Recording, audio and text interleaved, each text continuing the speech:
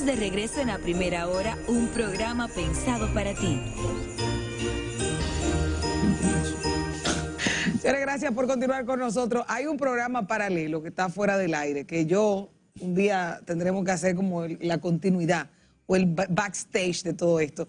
Aquí iniciamos en la entrevista central recibiendo a un amigo de esta casa, el señor Daniel Pou, quien es exdirector del Centro de Análisis de Datos y especialista en políticas públicas y seguridad ciudadana, que él se sentó a ver la entrevista, yo le digo politólogo, porque ese es el término más fácil de utilizar. Se sentó a ver la entrevista de Taira previamente y él vino ya hablando de ese tema. Y yo dije, bueno, pues vamos a empezar por ahí. Buenos días, Daniel, ¿cómo estás? Buenos días, señorita Solano, buenos días.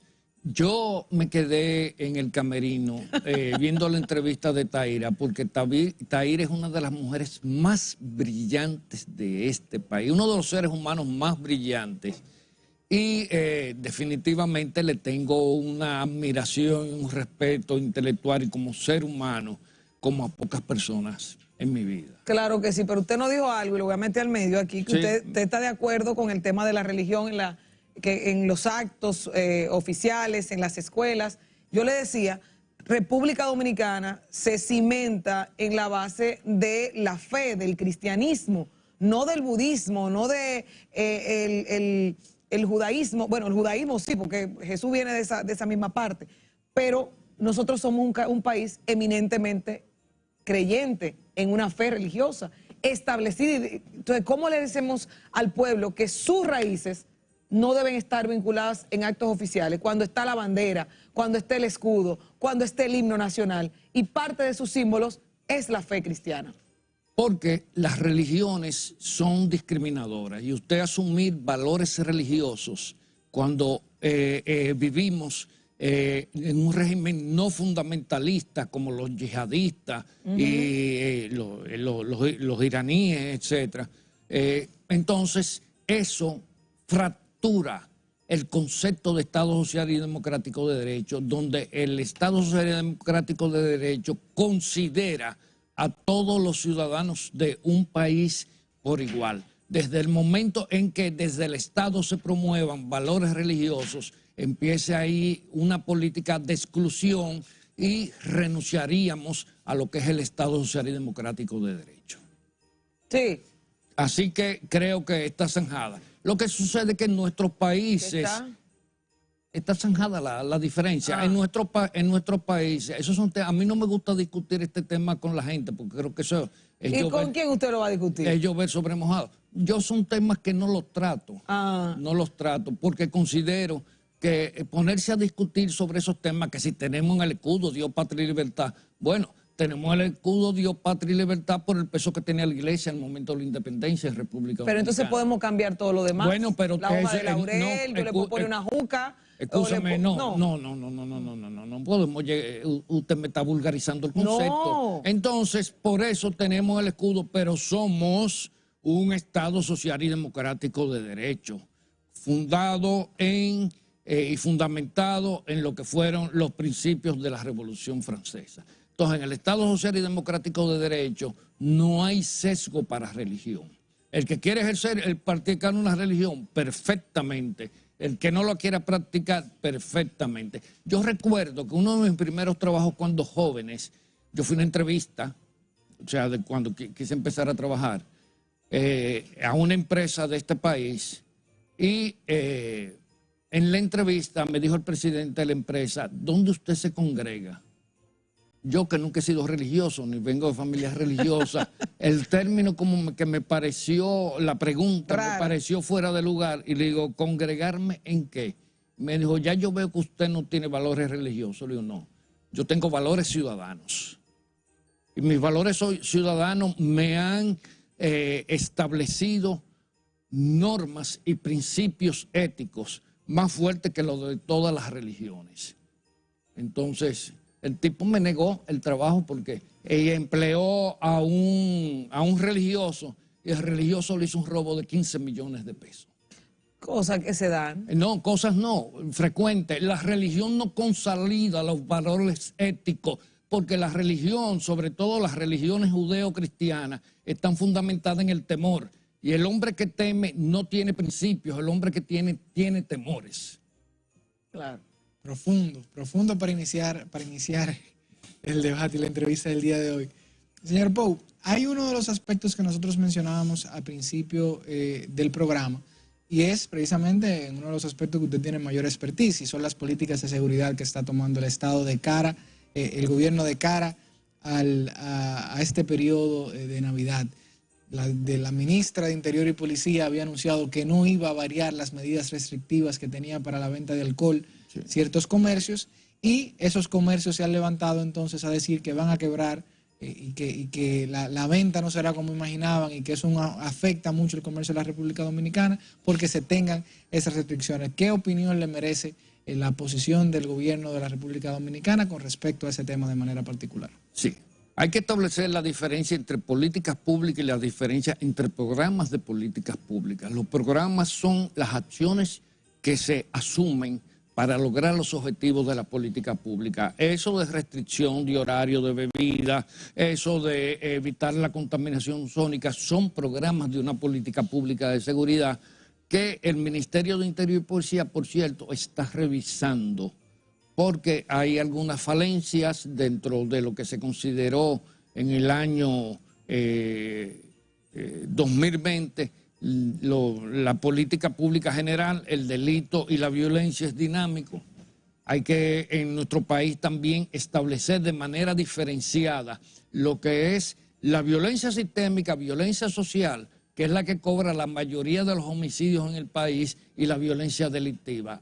El doble de los homicidios en República Dominicana, más del doble, son producidos por violencia sistémica, violencia social, violencia intrafamiliar, feminicidios y todos esos temas que no tienen que ver directamente con el delito. Claro, luego que se comete un homicidio, ya usted cometió un delito. Pero otra cosa es, por ejemplo, los muertos que se dan producto de los atracos, de los enfrentamientos, de los grupos del microtráfico y cosas, que aporta solamente entre el 26 y el 29% de los homicidios. El otro, de violencia sistémica, aporta entre el 62 y el 66% de los homicidios. Es un histórico que hay sobre eso, de cifras que están registradas en el CATCESI. Entonces, yo estoy de acuerdo con esas medidas porque creo que la amplitud o la ampliación de horarios de ingestas de bebidas alcohólicas es uno de los factores determinantes en muertes por accidentes de tránsito, en muertes por reyertas, en muertes de diversas naturalezas que se producen siempre en las etapas navideñas. Entonces, creo que más que la razón del comercio, el Estado tiene que velar por la razón humana de la sociedad.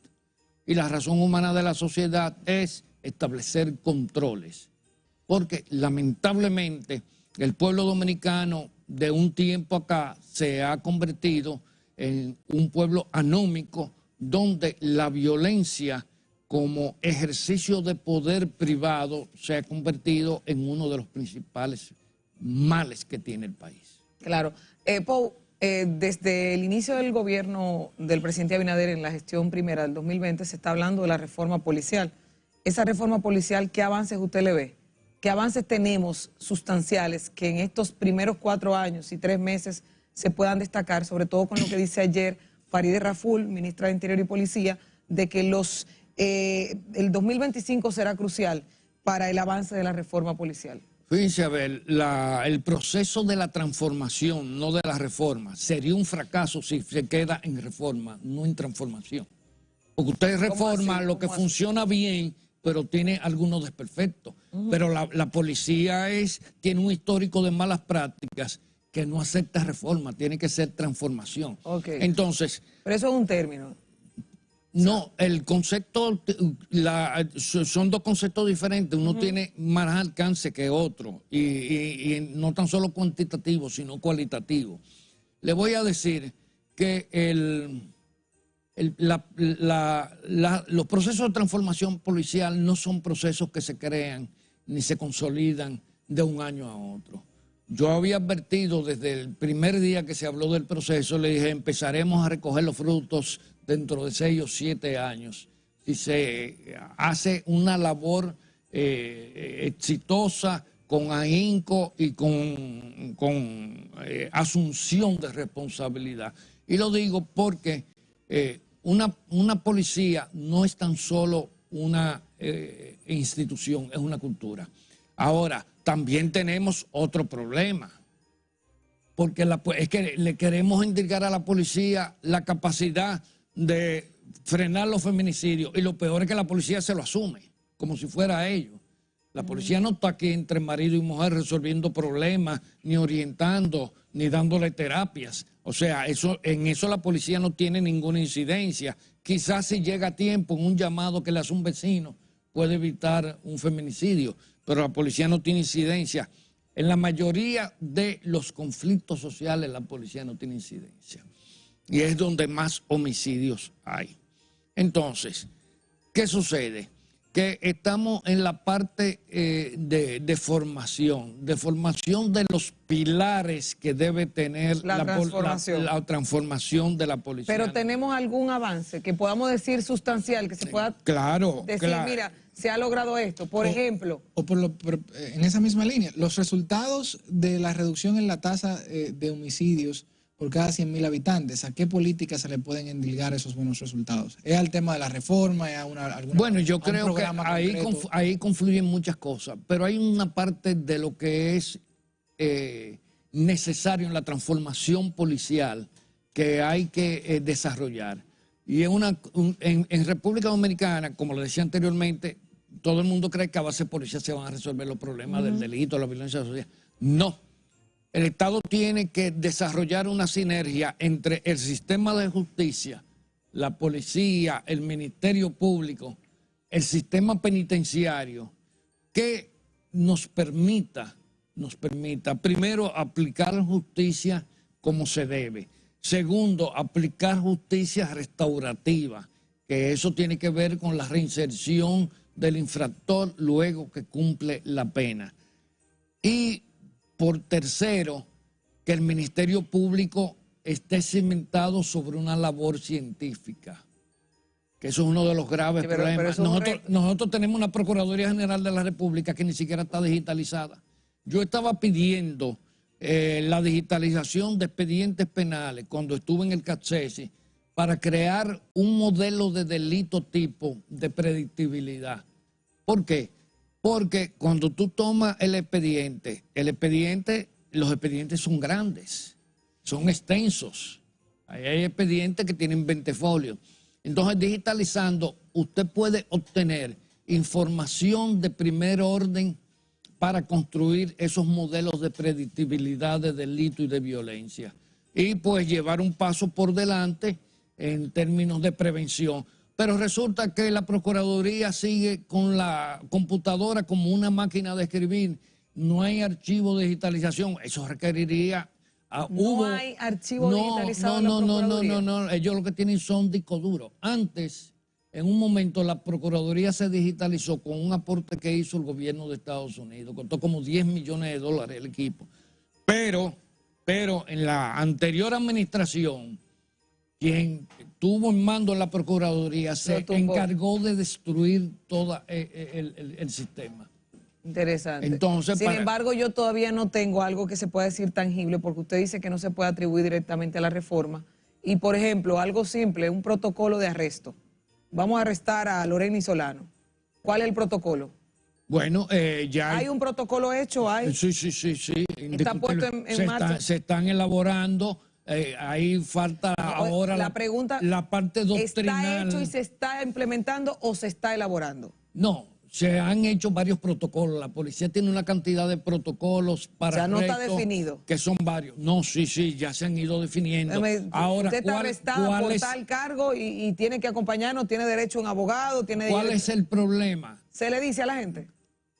Algunos policías se lo dicen. Pues entonces no se está implementando. No, lo que pasa está que tenemos los policías que lamentablemente se van a quedar en el camino de lo que es el proceso de transformación, porque los valores de ellos, las prácticas que llevan en 20, 25 años, no les permite asumir los nuevos protocolos. Aparte de eso, de que el proceso de transformación va a llegar un momento en que va a tener que enviar de parte del Ejecutivo una ley orgánica al Congreso. Porque la policía en la Constitución pasada la constitucionalizaron. Entonces la ley de la policía es ley orgánica que requiere las 2/3 partes de ambas cámaras para ser aprobada.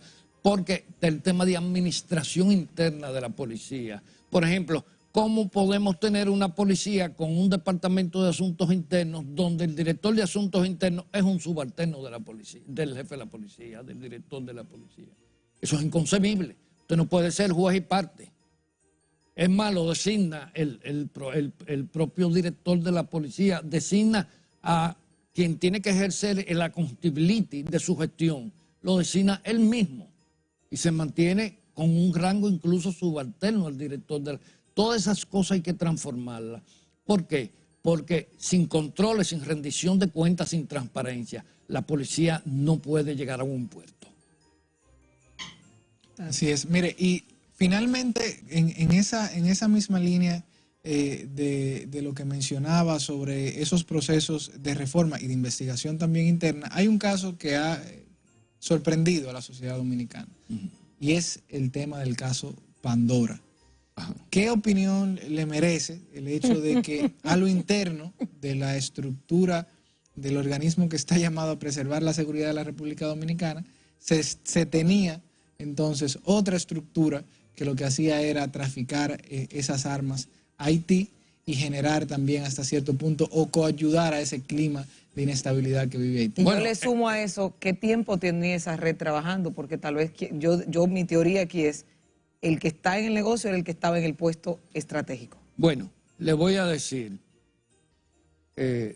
yo fui profesor honorífico de la policía durante muchos años y tuve confesiones de muchos oficiales honestos, bien formados, profesionales, que me hablaron hasta de homicidios, labor de sicariato. Y lo digo responsablemente. Que lo mandaban los policías, que se hacían a través de la policía. Sí, o sea, sí, eso, no. El que de barrio sabe que eso es así. Sí, bueno.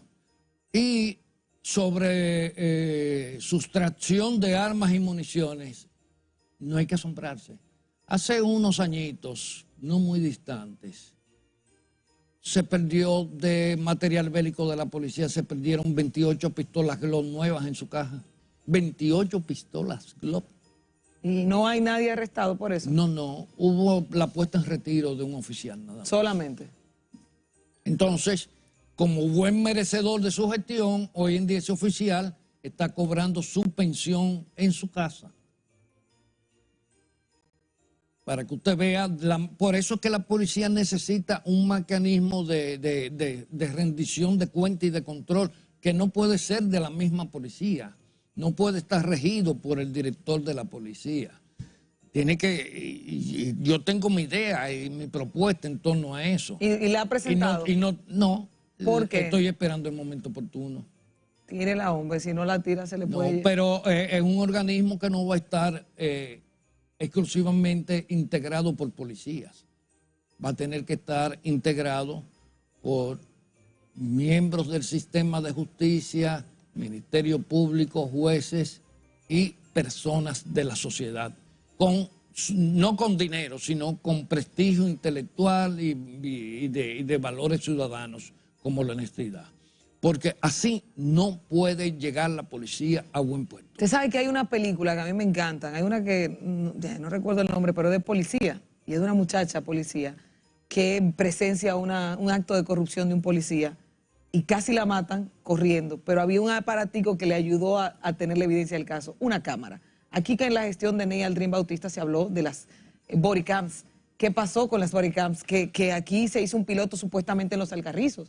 ¿Usted conoce de eso? ¿Se llegó a desarrollar? En estos días, justamente en la noche, me detuve a hablar con los miembros de una patrulla de la policía y uno de ellos tenía una bodycam puesta en su chaleco. ¿La tiene? Sí, la tiene. Pero se está haciendo la labor de escarceo de esa bodycam y sobre todo si tienen que reportar, ¿qué se reporta? se hace. Bueno, lo que pasa es que la bodycam no funciona todo el tiempo. La tiene que activar el oficial. El policía que está desarrollando una intervención, ya sea deteniendo a un ciudadano, ya sea entrando a un lugar donde se exhibe. ¿Y qué sucede? Aquí no hay control de eso, porque no hay cultura de controles. Oiga bien, en República Dominicana, los funcionarios, si le establecen controles, se ofenden. Y en la policía, imagínese usted lo que es decirle a un policía que usted lo va a controlar. No. Cuando la policía ha llegado al momento en que prácticamente no había normas claras porque había un espacio de autonomía. Déjese cuenta que antes los policías estaban asignados a compañías, de departamentos. Hoy en día una parte de la Policía Nacional está cargada a oficiales, o sea, como si fueran un apéndice de un señor con poder omnímodo para disponer de empleados del Estado que son pagados por empleados del Estado y entonces ellos los alquilan a empresas. Mira qué interesante. No, Daniel, mire, una sola recomendación antes de pedirlo. Presente su propuesta. Presente su propuesta, que usted sabe que el tiempo apremia. Gracias a Daniel Pou, le voy a poner el título corto, politólogo, que nos ha acompañado aquí, no es la primera vez y siempre es grato compartir con él. Gracias a todos ustedes por la sintonía hasta esta hora de la mañana. Mañana tempranito, a primera hora. Bye, bye.